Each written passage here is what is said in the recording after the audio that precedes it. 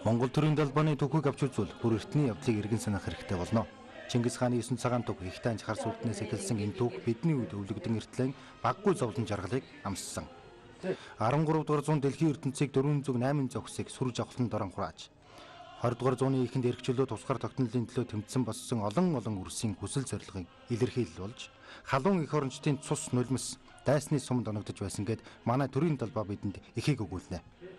Тэгвэл тэдгээр төрийн далбаануудыг урлаж байсан уран гартнууд түүхэн тод үлдсэнгүй. Харин тор гурлын нэгдэл хэмээхийн үйлэн дуран хамт олон 38 жил Монгол төрийн далбааг урлаж иржээ. Тэдний уран гар ухаанан шингээсэн далбаанууд төрийн ордон дээр намирч Бээжингийн Олимпийн тэнгэрт эх орноо төлөөлж Азийн олон спортын наадмуудад очиж Гималай тэргүүтээ төвдийн их улсын салхийг үнэрлэжээ.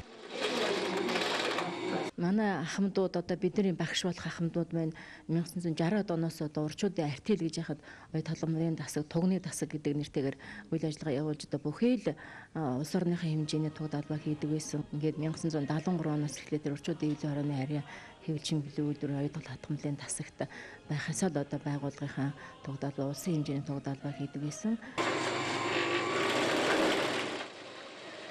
90 он гарч нийгмийн тогтолцоо солигдоход хэсэг уран бүтээлчд нэгдэл байгуулж үйл ажиллагаагаа явуулж эхэлсэн байна. Тэдний өгүүлж байгаагаар торгон урал нэгдлийн уран бүтээлчд өмнөх үеийн ноёдлчдоос энэхүү хүндтэй ажлыг хүлээж авсан байна. Тэдний багш нар халахын голын байлдааны тугнуудыг урдаж эх орны дайны ялалтанд өөрийн хувь нэмрээ оруулж байсан байна.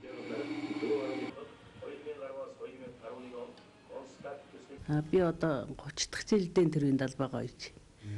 Тэгээ одоо төрийн далбаа ойж байгаадаа их чинь бол их сэтгэл өндөр. Сайхан бахархалтай байдаг гэж.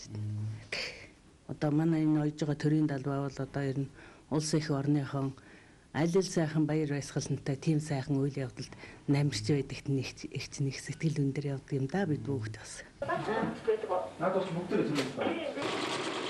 Тэдний урлаж байсан төрийн далбаануудаас хамгийн том нь 4 метрийг харьцах 8 метрийн хэмжээтэй байсан байна. Мөн эдгээр уран бүтээлчид төрийн далбаа орлохын зэрэгцээ үндэсний хувцас хэрэглэл хийж Монгол төрийн 3 ерөнхийлөгчийн мандах төрийн малгайг урлсан гэдгээрэн онцлогтой юм байна.